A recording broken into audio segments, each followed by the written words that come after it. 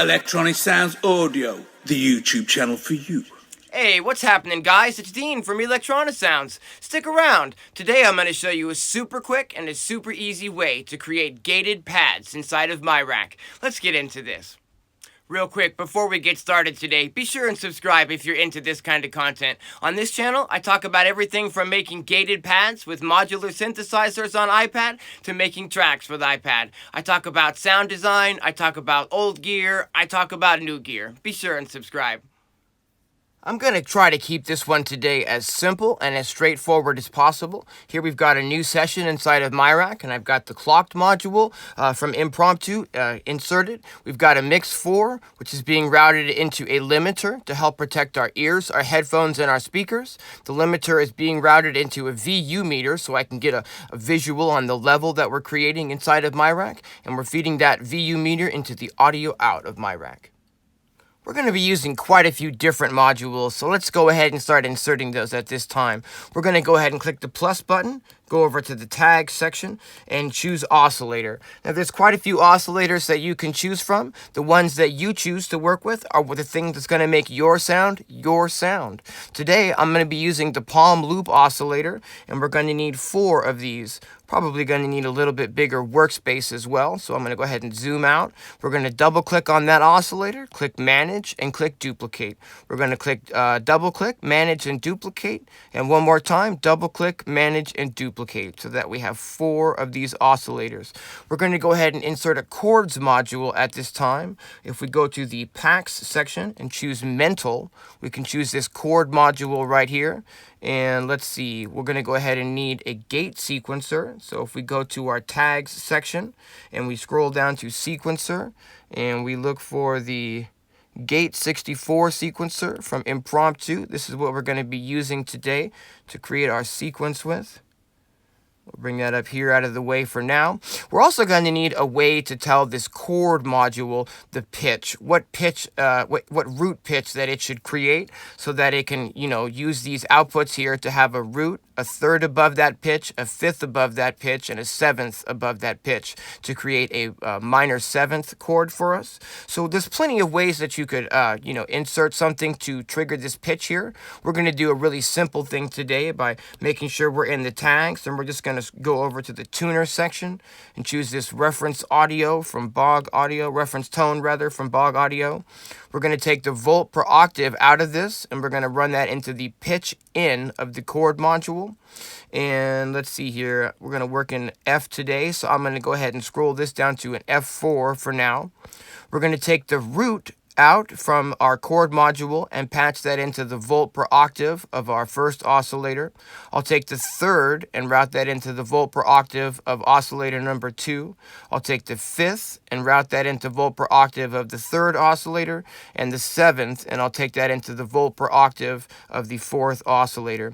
We're going to need a way to collectively hear everything that we're creating today, so I'm going to duplicate this mixer by clicking manage and duplicate.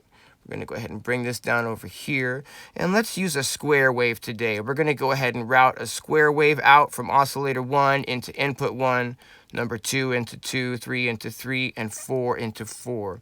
And we can see here that these mixer faders are starting to light up, and we're already getting a bit of level. I'm going to bring these mixers both down a little bit so we don't get too much level, and I'm going to feed this out left and right into the first inputs on our what I'm considering to be our master mixer today. I'm going to go ahead and pan this just a little bit left and right as well to get a little bit of extra stereo width on that for us.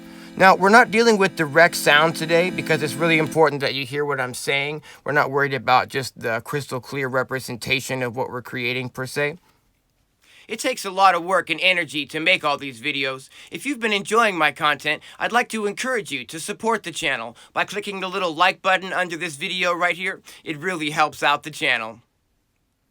You've got quite a few options as to how to work this gate sequencer. We're going to do this really simply today, and we're not going to worry about all these extras. All we're going to do is create a really simple gated pad part.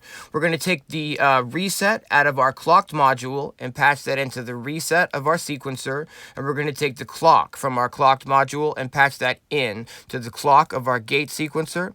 Now, all I have to do is decide how I'd like to actually make, route this gate, and all I have to do is to route the gate 1 here out of the sequencer 64 over here into the level of our mixer. And what this is going to do is this is literally going to turn this level on and off every time the trigger is received to that patch point there.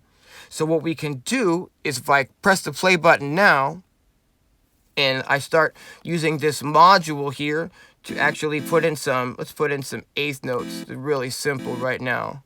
Double click that and turn it off. You can see, or you can hear rather, let me check the volume on my camera. Maybe turn these up a little. Okay, I want to make sure you guys can hear that, okay? You can hear now that we're actually getting a gated part and not a sustaining tone. What we can do is I've got the tempo set to 120. If I want this to respond to 16th notes, I can very simply turn the ratio on our clocked module up to 4. And now, if I click these dots, now I've got a 16th note, grid here. And what you can do is by changing this little section from here, you can have 4 different lanes of gating. Each lane has its own output, or you can have 2 sequences of 32 steps each by moving this click here, or you can have 1 long 4-bar 64 steps pattern. For now, let's just go ahead and leave it on the 16 step pattern for now. And what we'll do is let's try to make this just a little bit more interesting by adding a reverb before we go into our master mixer here. I'm going to go ahead and unpatch this, and we can just click here, and we can go to tags, and we can go to reverb. Whichever reverb you're about is completely up to you, but I've been getting a lot of use out of this plateau reverb. We'll patch a left out into the left in of the reverb, and we're going to go ahead and take these out, and we're going to patch these in here. By default, let's bring this quite a bit down as to the dry wet, and let's take this decay to a bit shorter.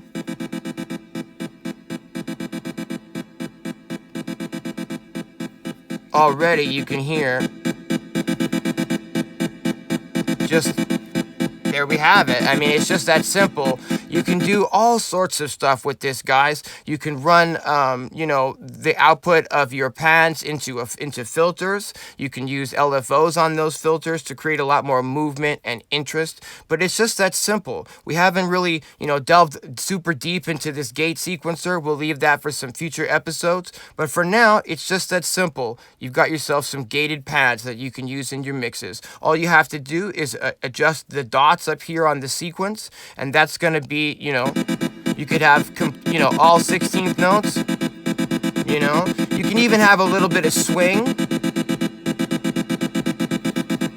to those to get, into the groove that you're creating. That kind of a deal. I hope you guys have found this useful. And until next time, thanks for watching. Aw, yeah. Just for fun and practice, let's see how fast I can put a little drum beat over this gated pad that we've created. We're going to go to the tag section and just click on the drum section. Let's get a kick, and let's add a closed hat. And let's add a snare module as well. So we've got a kick, a snare, and a closed hat. Let's get a sequencer for these. We'll go to tags, and we'll go to sequencer. I really like to use the 3x16 for these. So we'll take the trigger out from the first lane into the trigger in of our kick, trigger out of our second lane into the trigger in of our snare, and trigger out from the third lane into the trigger in of our closed hi-hat. I'm going to go ahead and double click on this mixer, manage and duplicate.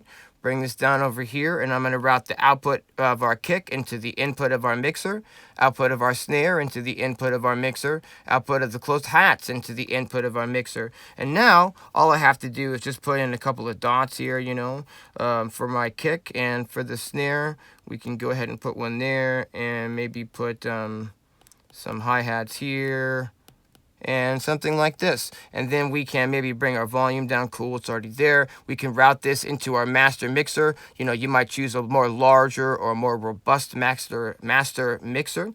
And then lastly, all we have to do is just patch this sequencer into our clocked module. We could take a clock and put this right into the first clock, I believe, and take the reset and put that into the reset here. And now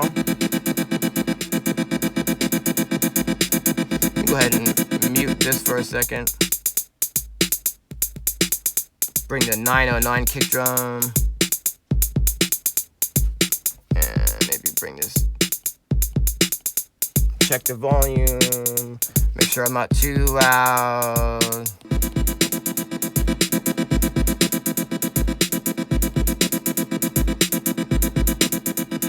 But it's just that simple, guys. There we've got a little beat now. And you can kind of hear how they're fitting together. You can change this pattern, right?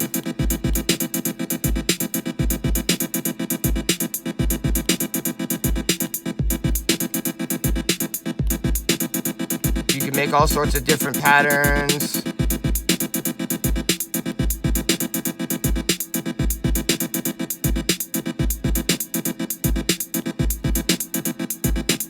Maybe that last one was cool off.